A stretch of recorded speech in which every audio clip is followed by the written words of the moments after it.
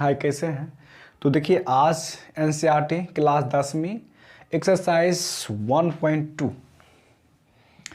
Exercise 1.2 ये आज आप लोग को, ये वास्तविक संख्या है, ये बहुत ही भिपियाई क्वेश्चन, ठीक है। तो आज हम 1.2 को पूरा करवा देते हैं आप लोग को। तो देखिए, फर्स्ट क्वेश्चन यहाँ पे दिया गया है।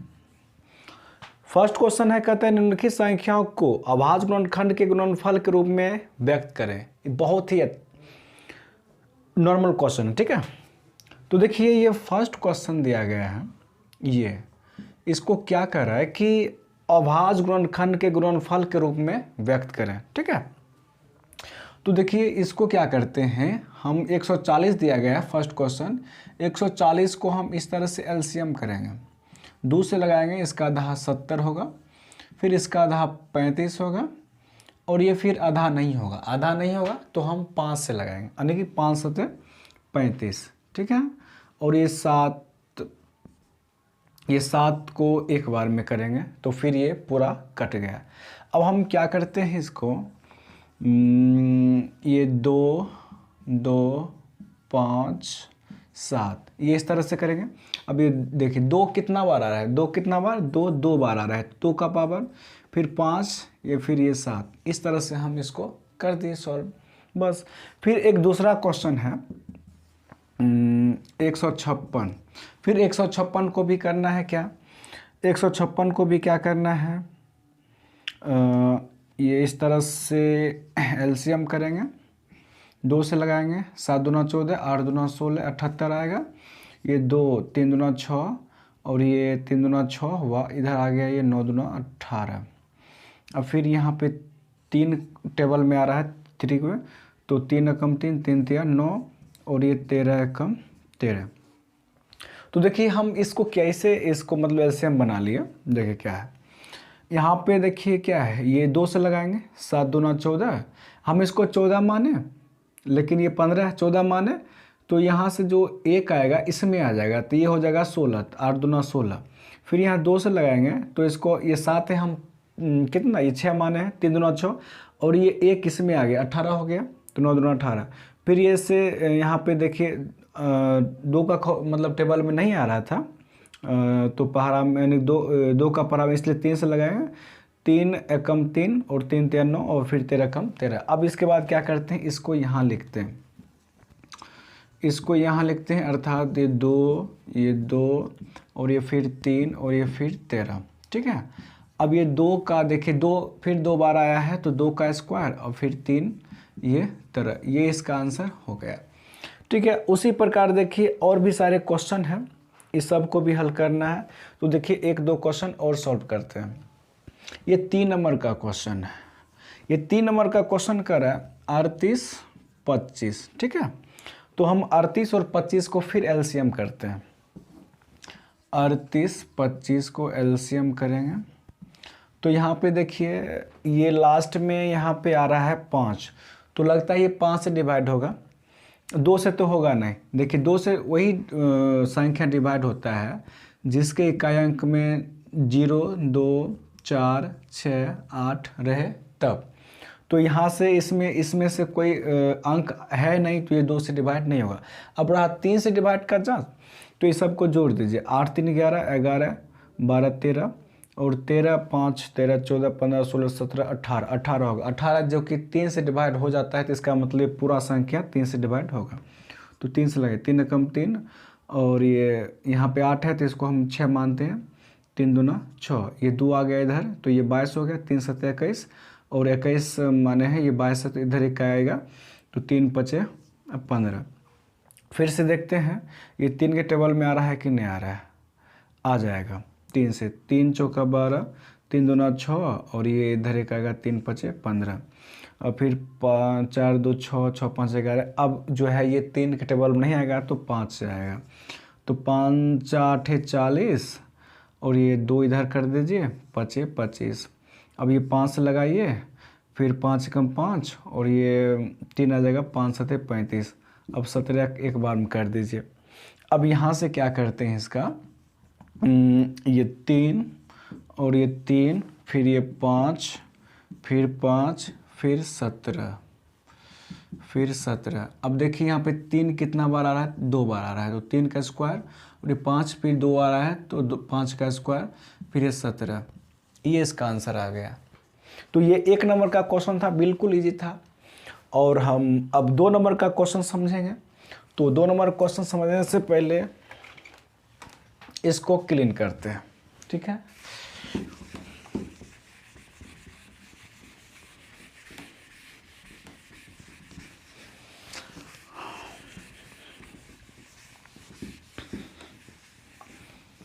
चलिए हो गया क्लीन। अब क्या करते हैं, 2 नंबर का क्वेश्चन समझते हैं। 2 नंबर का रहा है कि पूर्णांकों के निम्नलिखित युग्मों के एचसीएफ और एलसीएम ज्ञात कीजिए तथा इसकी जांच कीजिए कि 2 संख्याओं का गुणनफल बराबर एचसीएफ गुना एलसीएम होता है कि नहीं है। तो देखिए ये 10वीं का गणित है।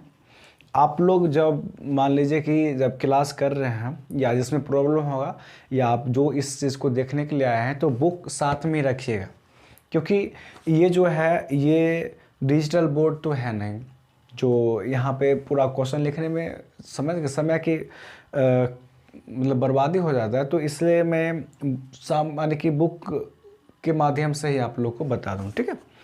तो चलिए 2 नंबर का क्वेश्चन कहता है कि एलसीएम और एचसीएफ ज्ञात करके उसको जांच करना है कि 2 संख्या को गुणनफल बराबर एचसीएफ गुना एलसीएम होता है कि नहीं। तो चलिए फर्स्ट क्वेश्चन यहाँ पे दिया हुआ है 26 और 51, ठीक है। तो सबसे पहले हमको क्या करना है, इसको एलसीएम और एचसीएफ ज्ञात करेंगे। तो देखिए एचसीएफ और एलसीएम ज्ञात करना बिल्कुल आसान है, जो कि आप लोग को पता हुआ, क्योंकि आप लोग 10वीं क्लास में है तो ये तो आता ही होगा, ठीक है। तो अब यहाँ से 26 और 51 इस तरह से लिखेंगे। अब देखिए 26 को हम एलसीएम इधर कर लेते हैं खंड अभाज्य गुणन, तो ये 2 से 13, तो ये 13 को एक बार, ठीक है। तो यहाँ पे इसका आ जाएगा 2 गुने 13, ठीक है। और ये 91 करते हैं, 91 का, तो 13 7 91, ठीक। तो यहाँ पे 13 गुना 7। अब देखिए क्या है, एलसीएम के लिए क्या होता है, सॉरी एचसीएफ के लिए क्या होता है, जो दोनों में मिल रहा है उसको मिला देंगे और जो छूट गया है उसको छोड़ दीजिए, ठीक है। तो यहाँ पे एचसीएफ जो हो जाएगा इसका, ये 13 ये दोनों में से मिला तो इसका 13 हो जाएगा। और एलसीएम में क्या होगा, एलसीएम में क्या होगा, इसमें से दोनों में से एक लेना है और ये जो बच गया है सारा का सारा इसको मल्टीप्लाई कर देना है, गुना कर देना। तो यहाँ पे क्या होगा, 13 दूना 26 और 26 सत्ते हो जाएगा 182, ठीक है। ये मल्टीप्लाई कर दिए हैं। अब यहाँ पे कह रहा है कि इसका जांच 2 संख्याओं का गुणनफल बराबर एचसीएफ गुना एलसीएम होता है कि नहीं, ठीक है। तो चलिए, तो हमको क्या करना है, इसको जांच करते हैं। तो इसको क्लीन इस तरह से करते हैं फटाफट, ठीक। अब यहाँ से जांच लिख देना है, जांच, ठीक है। जांच में क्या है कि ये 2 संख्याओं का गुणनफल बराबर जो होता है एचसीएफ गुना एलसीएम, तो बराबर एचसीएफ गुने एलसीएम, ये ठीक है। ये जांच करने के लिए कह रहा है। तो हम क्या करें, 2 संख्या क्या हुआ, पहला संख्या मेरा ये 26 है और गुणनफल यानी कि 2 संख्या का गुणनफल, दोनों संख्या का गुना। तो पहला 26 है, दूसरा 91 है, ठीक है। अब बराबर एचसीएफ और गुना एलसीएम कर रहा है। तो एचसीएफ कितना निकला मेरा 13 और एलसीएम कितना निकला है 182, ठीक है। तो हम क्या करते हैं, 91 और 26 को जब मल्टीप्लाई करेंगे, इसको गुना जब करेंगे तो 2366 आएगा, और 13 गुना 182 करेंगे तो 2366 आएगा, ठीक है। तो ये जो आने के कहने का मतलब, ये दोनों बराबर हो गया। तो इसका मतलब क्या है, ये हमारा एचसीएफ और एलसीएम ये दोनों मेरा सही है, ठीक है। तो इस तरह से आप बना लीजिएगा। मैं कुछ ही सवाल को बना रहा हूँ और बाकी बात आप लोग बना लीजिएगा। तो मैं इसका दूसरा क्वेश्चन, तीसरा क्वेश्चन इसमें और है, आप बना लीजिएगा, सेम प्रोसेस से बनेगा, ठीक है। अब 3 नंबर का क्वेश्चन कर रहा है कि अभाज्य गुणनखंड विधि द्वारा निम्नलिखित पूर्णांकों का एचसीएफ और एलसीएम ज्ञात करें। ठीक है, तो फिर इसको हम क्लीन करते हैं। चलिए,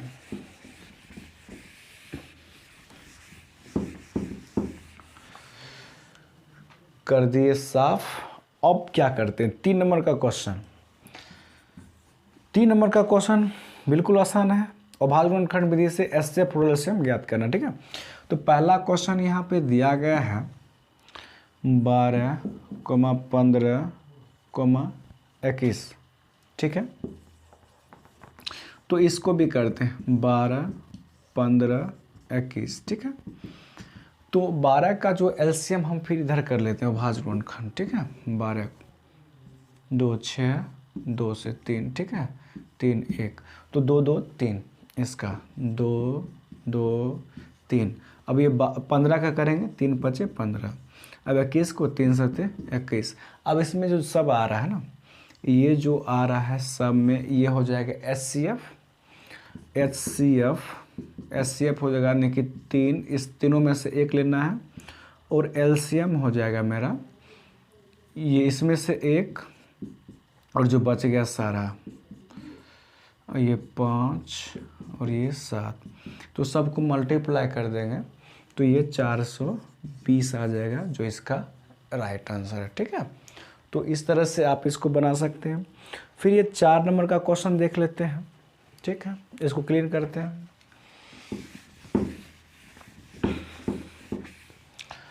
4 नंबर का क्वेश्चन कह रहा है कि एचसीएफ 306 6 5 7 6, यानी कि 667, सॉरी 657 बराबर यहाँ पे 9 दिया है। ठीक है, तो फिर क्या आ रहा है क्वेश्चन में कि एलसीएम 306, 6 5 7 बराबर वाट। समझ गए, यानी कि एचसीएफ इतना और इतना का 9 दिया है, तो एलसीएम इतना और इतना का ज्ञात करना। ठीक है, तो इसके लिए आपको कुछ नहीं करना।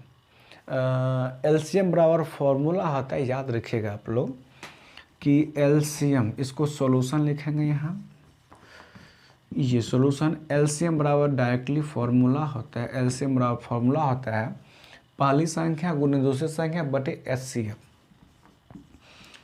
पहली संख्या गुने दूसरी संख्या और बटे होता है एचसीएफ। ठीक, एचसीएफ, तो पहली संख्या मेरा क्या है, ये 3 से 6 और गुना दूसरी संख्या है 6 5 7 और एचसीएफ कितना है 9।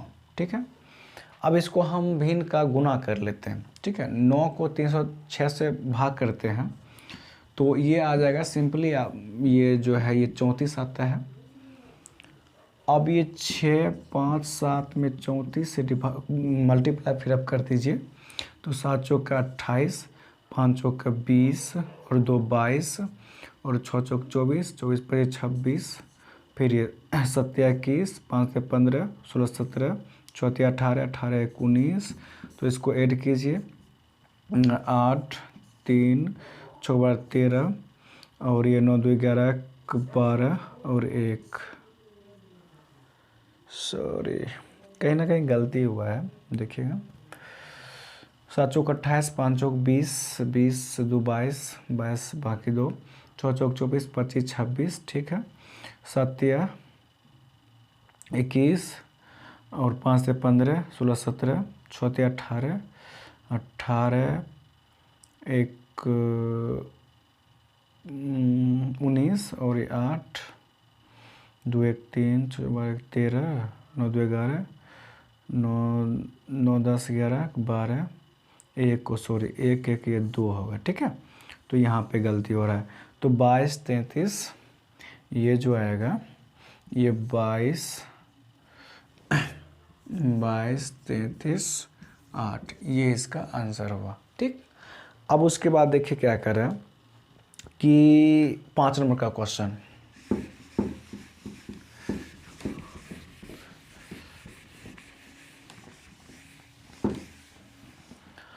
5 नंबर का क्वेश्चन कह रहा है कि जांच कीजिए कि क्या किसी प्राकृत संख्या n के लिए संख्या 6n अंक पर शून्य समाप्त होता है। तो चलिए इसको भी हम बना लेते हैं। ये 5 नंबर का क्वेश्चन है कि अन्य की कह रहा कि किसी प्राकृत संख्या, तो प्राकृत संख्या किसको कहते हैं? अन्य की गिनती की संख्या को प्राकृत संख्या कहते हैं। ठीक है, तो यहाँ पे कोई प्राकृत संख्या ले लेते हैं। मान लीजिए कि माना कि कोई भी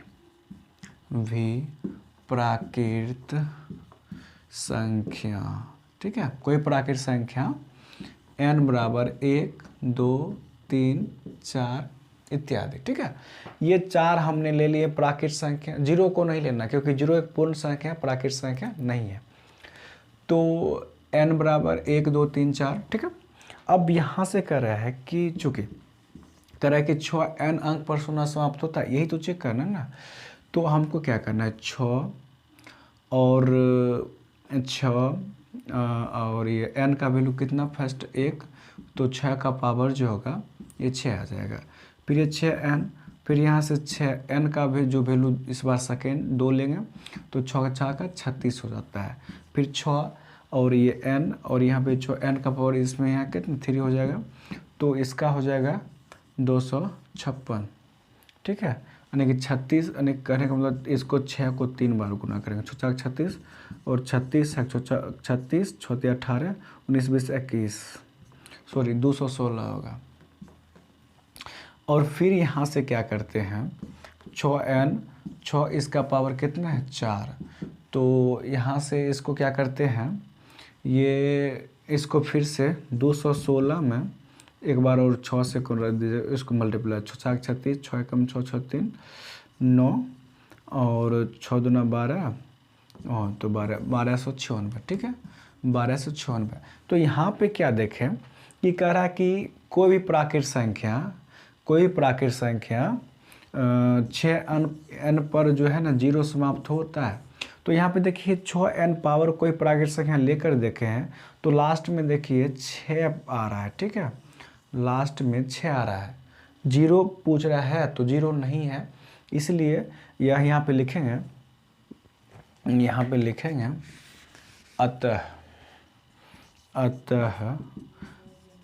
कोई भी प्राकृत संख्या 6n अंक पर शून्य समाप्त नहीं होगा। ठीक है, ये कह रहा था, तो यहाँ पे लिख देंगे अतः कोई प्राकृत संख्या 6n अंक पर शून्य समाप्त नहीं होगा। ठीक है, फिर एक क्वेश्चन और है, इसको कर लीजिएगा। फिर एक क्वेश्चन और है,